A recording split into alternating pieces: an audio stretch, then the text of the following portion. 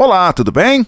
Seja muito bem-vindo ao Descarte Final, um programa dedicado a trazer informação e conhecimento sobre transtorno narcisista.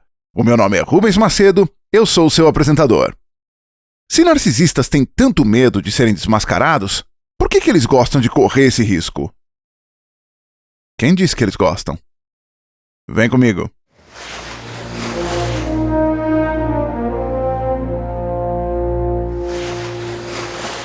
O narcisista gosta de viver nesse perigo de ser desmascarado? Sim e não. Eu acredito que majoritariamente não.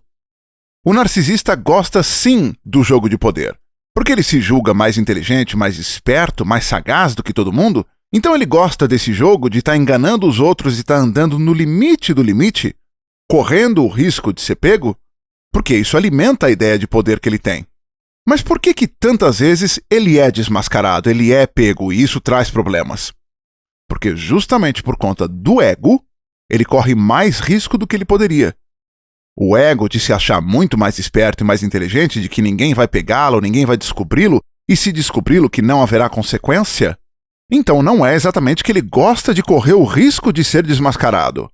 É que tipicamente o narcisista não é capaz de tomar decisões melhores. O narcisista é péssimo para tomar decisões. E por péssimo para tomar decisão não quer dizer, puxa vida, não sou capaz de escolher, tenho muita dúvida, vou para A ou vou para B. Não, ele é péssimo para tomar decisões porque a tomada de decisão, a deliberação, ela está essencialmente alicerçada na razão. E emoção nubla o julgamento, nubla a razão e, portanto, interfere na capacidade de tomar decisão, interfere na capacidade de tomar uma decisão acertada. O narcisista movido pela emoção, ele reage muito. Reação é fruto de reflexo. Resposta é fruto de reflexão. A resposta é um processo um pouquinho mais lento, porque ela exige deliberação para que você pese os prós e contras, lembrando que toda escolha implica uma perda, então quando você escolhe uma coisa, você abre mão de outra. Se você escolhe a outra, você abre mão da primeira.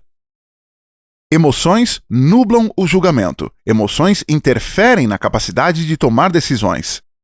Existe um equívoco muito comum que é o de acreditar que o narcisista é um psicopata, que ele não tem emoções, que ele não tem sentimentos. O narcisista não tem empatia, mas é um equívoco tremendo acreditar que o narcisista não tem emoções, de um modo geral. Pelo contrário, tipicamente o narcisista é um turbilhão de emoções, completamente desreguladas e descontroladas. Quando você olha o espectro narcisista, onde estão compreendidos os 4 transtornos do grupo B, o histriônico, borderline, narcisista e o antissocial que é popularmente conhecido como psicopata, o antissocial, ele é quase um vizinho de porta do narcisista. Você inclusive encontra representações gráficas dessa régua em que o antissocial está muito pertinho do narcisista. O narcisista está mais perto do antissocial do que ele está perto do borderline. E tem psicólogo que diz que o psicopata é o narcisista terminal. Quer dizer que psicopatia, o transtorno antissocial, é a última parada, é a última estação. Quando o indivíduo não tem como ser mais narcisista do que aquilo não dá, é aí que você tem o antissocial. O antissocial, ou popularmente conhecido como psicopata, é tudo que o narcisista é, menos a vergonha e o remorso. Portanto, o narcisista é sim tomado muito por vergonha. Vergonha é a carne viva na ferida narcisista. É a parte mais exposta, mais superficial. É aquela que, se você encostar o dedo, arde. É vergonha para o narcisista. E, portanto, vergonha, que pode ser gatilhada por ser pego, logo o narcisista é profundamente tomado pelo medo de ser pego, de ser flagrado nas suas imperfeições, nos seus equívocos, esse medo nubla o julgamento e torna o narcisista extremamente instável. Existe uma coisa chamada de espiral da vergonha e raiva. É um fenômeno recorrente com narcisistas. Veja que até aqui eu falei sobre como a vergonha motiva muitas das ações e das tomadas de decisões do narcisista. Vergonha, como eu mencionei aqui, ela é aquela parte mais exposta, mais sensível da ferida constantemente aberta do narcisista. A ferida emocional, que é conhecida como a ferida narcisista, que é uma lesão emocional que está por detrás de todo o comportamento que é característico do transtorno de personalidade narcisista. A vergonha, o ser exposto, o ser pego, o ser flagrado, motiva raiva no narcisista.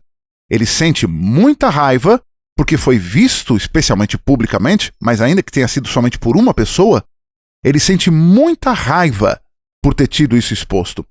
Ainda que seja por uma pessoa só, isso já é motivo suficiente para gatilhar um episódio de ira. Mas porque o narcisista também é muito tomado por paranoia, ele pode temer que esta uma pessoa faça ruir todo o império que o narcisista acredita que construiu. Esse império no qual ele engana e domina a todos que fazem parte do círculo de relacionamentos dele. Amizades, família, trabalho, o que você imaginar.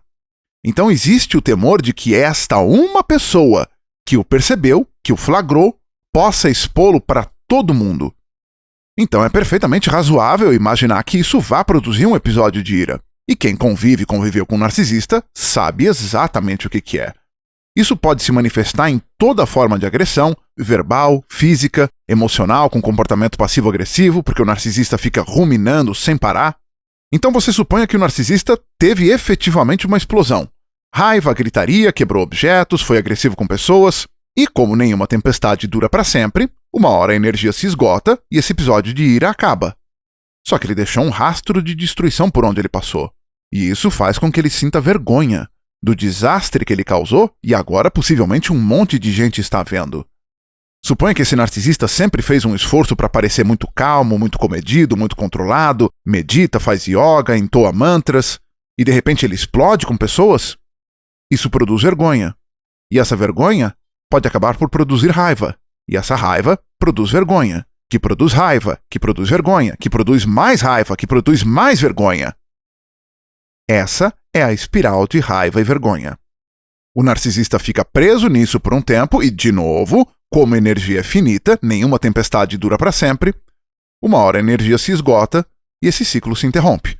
E aí, por tempo indeterminado, pode não acontecer mais nenhum evento tão significativo. E existe sempre a possibilidade de isso acontecer de novo. Tem perguntas que são muito recorrentes em relação ao narcisista e uma frustração muito típica, muito comum das vítimas é que, poxa vida, nunca chega uma consequência para o narcisista, ele não sofre as consequências dos próprios atos? E eu não sei se com frequência suficiente eu descrevo aqui no programa o quanto o narcisista não é feliz. É uma existência miserável. Esse aqui é mais um episódio no qual eu estou descrevendo uma característica, um traço, que produz uma existência tortuosa, sofrida. Então, ainda que jamais, e esta é uma possibilidade com a qual a vítima tem que lidar, ainda que jamais chegue uma consequência épica, vistosa, cinematográfica para o narcisista, ele perder emprego, enlouquecer, ficar sem nenhum amigo, todos os familiares se afastarem, isso é muito raro, isso é muito lotérico de acontecer. Então, ainda que isso jamais aconteça, ou alguma coisa parecida com isso, ou uma parte disso, o narcisista absolutamente não é feliz. Procure imaginar o que é viver todo dia com esse temor de ser pego e, eventualmente, porque ele simplesmente interpretou que foi pego, porque a paranoia descompensou de uma tal maneira que ele percebeu o mundo de forma equivocada, ele tem um episódio de ira que produz vergonha, que produz ira, que produz vergonha, e quem está acompanhando de fora, olhando, pensa, mas minha nossa, o que aconteceu aqui? Porque foi do nada. Essa é uma coisa que eu brinco muito com alguns amigos, né? Essa coisa do nada. Não é do nada. Está acontecendo internamente. Não foi motivado por nenhum fator externo, ou pelo menos nenhum fator externo que justificaria esse episódio de vergonha ou ira, que as duas coisas estão conectadas, como eu apresentei aqui.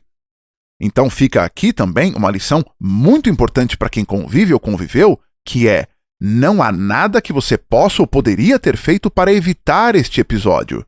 Isso tudo está acontecendo internamente. Pode acontecer porque você notou uma mudança de vestimenta ou porque você não notou. Se notou é porque está hiperfiscalizando, se não notou é porque não presta atenção e não liga para a pessoa. É por isso que não se discute com o narcisista. É por isso que não jade. J-A-D-E. Não justifique, não argumente, não discuta, não explique. O narcisista não vale o esforço.